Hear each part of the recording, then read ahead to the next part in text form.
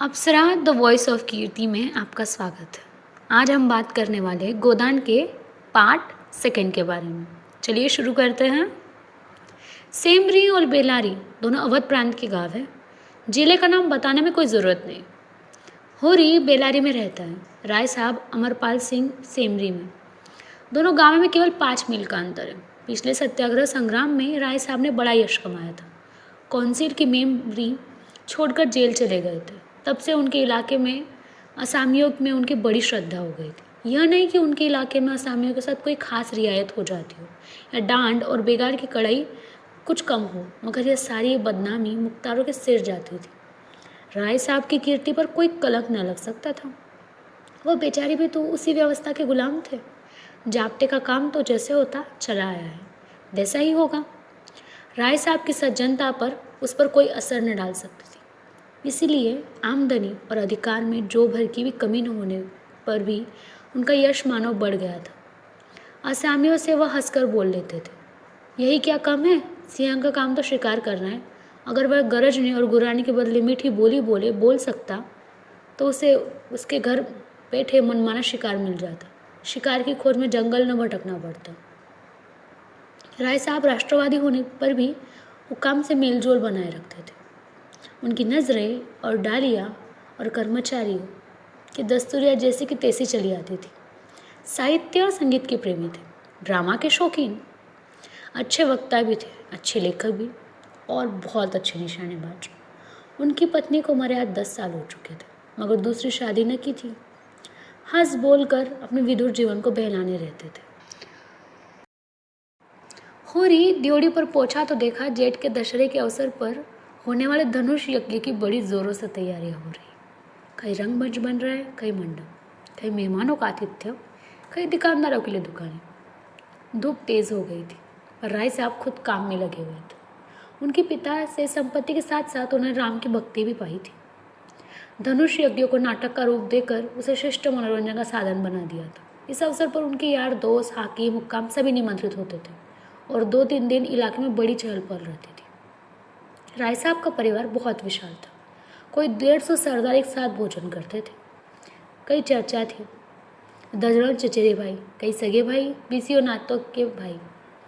एक चचा साहब राधा के अनन्य उपासक थे और बराबर वृंदावन में रहते थे। भक्ति रस के कितने ही कविता रच डाले थे और समय समय पर उन्हें छपवाकर दोस्तों की भेंट कर देते थे। एक दूसरे से चचा थे जो राम के परम भक्त थे। फारसी भाषा में रामायण का अनुवाद कर रहे थे। रियासत में सबके वजीबे बंधे हुए थे।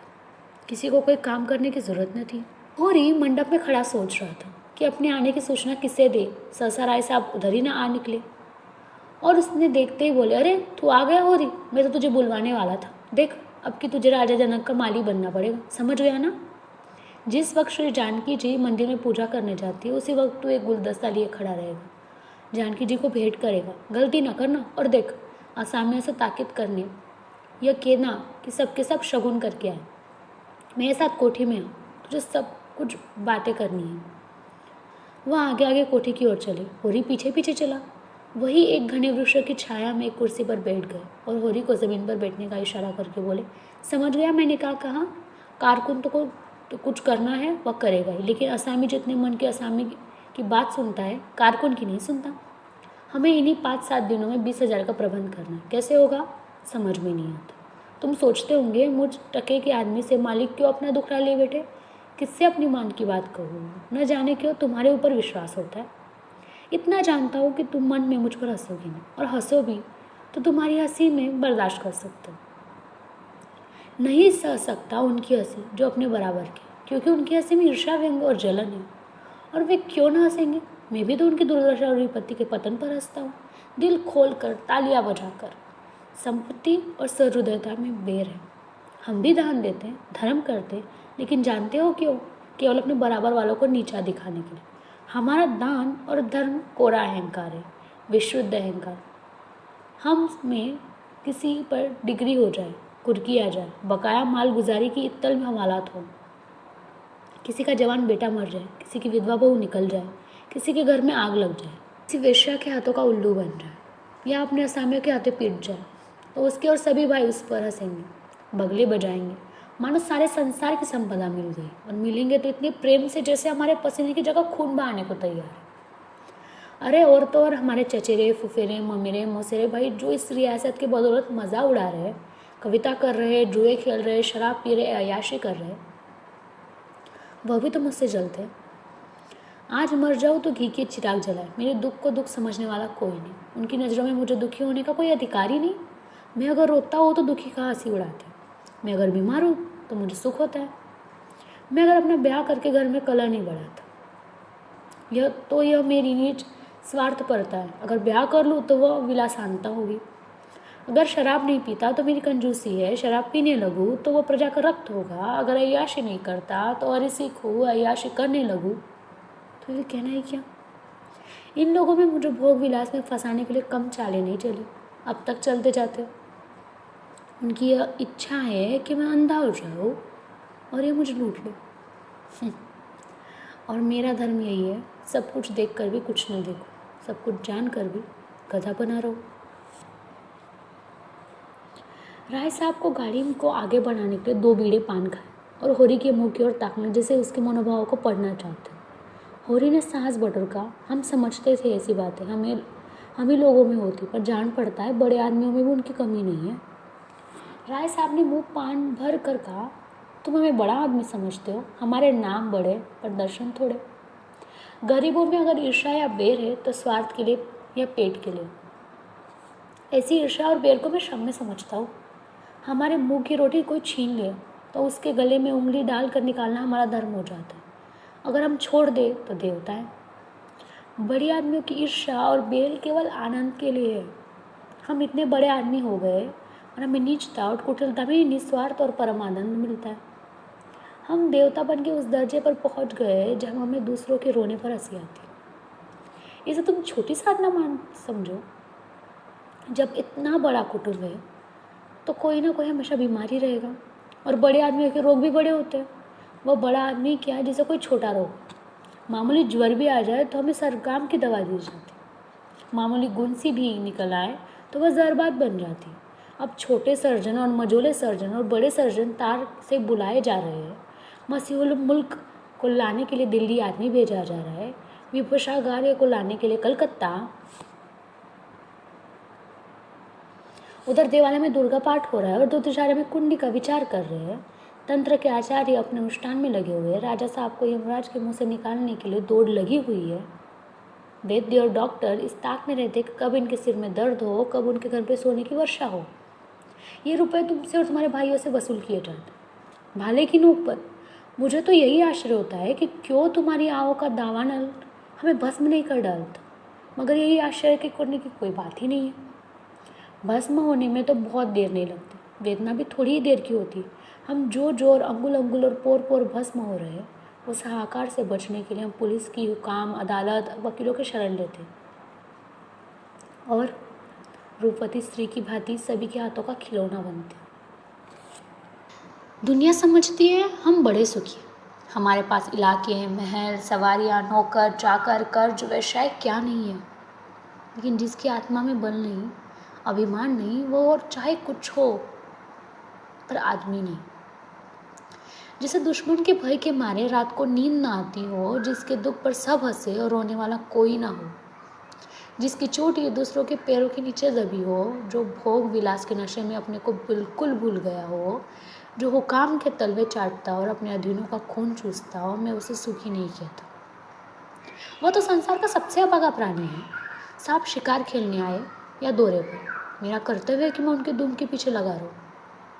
उनकी भों पर शिकन पड़ी और हमारे प्राण सूखे।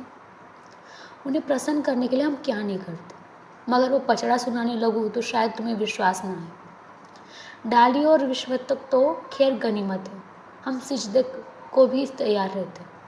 मुफ्तखोरी में हमें अपंग बना दिया। हमें अपने पुरुषार्थ पर लेश मात्र भी विश्वास नहीं है। केवल अफसरों के सामने दुम हिलाकर किसी तरह के उनके कृपा पात्र बने रहना और उनकी सहायता से अपनी प्रजा पर आतंक जमाना ही हमारा उद्यम है। पिछ लोगों की खुशामदों ने हमें इतना अभिमानी और इतना तुनक मिजाज बना दिया कि हमें शील, विनय और सेवा का लोप हो गया। मैं तो कभी कभी सोचता हूँ, अगर सरकार हमारे इलाके छीन कर हमें रोजी रोज़ी के लिए मेहनत करवाना सिखा दे तो हमारे साथ महान उपकार करे, और यह तो निश्चित है कि अब सरकार भी हमारी रक्षा ना करे। हमसे अब उसका कोई स्वार्थ नहीं निकलता। लक्षण कह रहे हैं कि बहुत जल्द हमारे वर्ग की हस्ती मिटने वाली है। मैं उस दिन का स्वागत करने को तैयार हूँ। ईश्वर वह दिन जल्दी लाए। वह हमारे उद्धार का दिन होगा।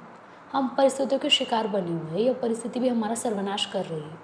जब तक संपत्ति की अबेड़ी हमारे पैरों से न निकलेगी, तब तक यह अभिशाप हमारे सिर पर मंडराता रहेगा। हम मानवता का वह पद न पा सकेंगे जिस पर पहुंचना ही जीवन का अंतिम लक्ष्य है। राय साहब ने फिर गिलोरी का दान निकाला और कई गिलोरियाँ निकाल कर मुँह में भर ली। कुछ और कहने वाले थे कि एक चपरासी ने आकर कहा, सरकार बेगारों के काम करने में इनकार कर दिया है। कहते हैं जब तक हमें खाने को न मिलेगा हम काम न करेंगे। हमने धमकाया तो सब काम छोड़कर अलग हो गए। राय साहब के माथे पर बल पड़ गए। आंखें निकाल कर बोले, चलो मैं इन दुष्टों को ठीक करता हूँ। जब कभी खाने को नहीं दिया तो आज यह नई बात क्यों? एक आने रोज़ के हिसाब से मजदूरी मिलेगी जो हमेशा मिलती रही। इस मजदूरी पे काम करना होगा, सीधे करे या टेढ़े। फिर औरी की ओर देख के बोले, तुम अब जाओ औरी, अपनी तैयारी करो। जो बात मैंने कही है उसका ख्याल रखना। तुम्हारे गांव से मुझे कम से कम 500 की आशा है। राय साहब झल्लाते हुए चले गए। होरी के मन ने सोचा, अब ये कैसी नीति और धर्म की बातें कह रहे थे और एकाएक कितने गर्म हो गए। सूर्य सिर पर आ गया था। उसके तेज से अभिभूत होकर रुष्य ने अपना पसार समेट लिया था। आकाश पर मटियाली गर्द छाई हुई थी और सामने की पृथ्वी कांपती हुई जान पड़ रही थी। होरी ने अपना डंडा उठाया और घर चला। शगुन के रुपए कहाँ से आएंगे, यह चिंता उसके सिर पर सवार थी। साथ सेकेंड पार्ट भी समाप्त होता है। कितनी अजीब बात है ना। हमें लगता है कि गरीबी के घर में बहुत ज़्यादा दुख दर्द है, पर महलों में भी कहाँ सुकून है, महलों में भी कहाँ आराम है। किसी ने सच ही कहा है, ऊपर वाले ने दुनिया तो बनाई, इंसान भी बनाए, सबके अपने दुख और दर्द भी बनाए। बस हमें उनके दुख को समझने का और उन्हें हमें दुख को समझने का जरिया ही नहीं बनाया। कितनी अजीब बात है ना। हमें लगता है कि गरीबों में बहुत ज़्यादा मजाक ईर्ष्या होती है, मजाक उड़ाते हैं, हम पे हंसते हैं, एक्सेट्रा एक्सेट्रा। पर अमीरों में भी कहाँ कुछ अलग है, वहीं पे भी तो वही होता है। हमें लगता था कि गरीब और अमीर अलग है, अलग तो है नहीं, बस पैसे ने परिभाषा बना दी। पर हर किसी के अपने भी दुख दर्द है। उम्मीद करती हूँ इस पार्ट में आप अमीरों का दर्द समझ पाए होंगे। आगे जानने के लिए आपको पार्ट 3 देखना होगा और उसके लिए सब्सक्राइब करना होगा। So like, share and subscribe. मिलते हैं नेक्स्ट पार्ट में। तब तक के लिए धन्यवाद।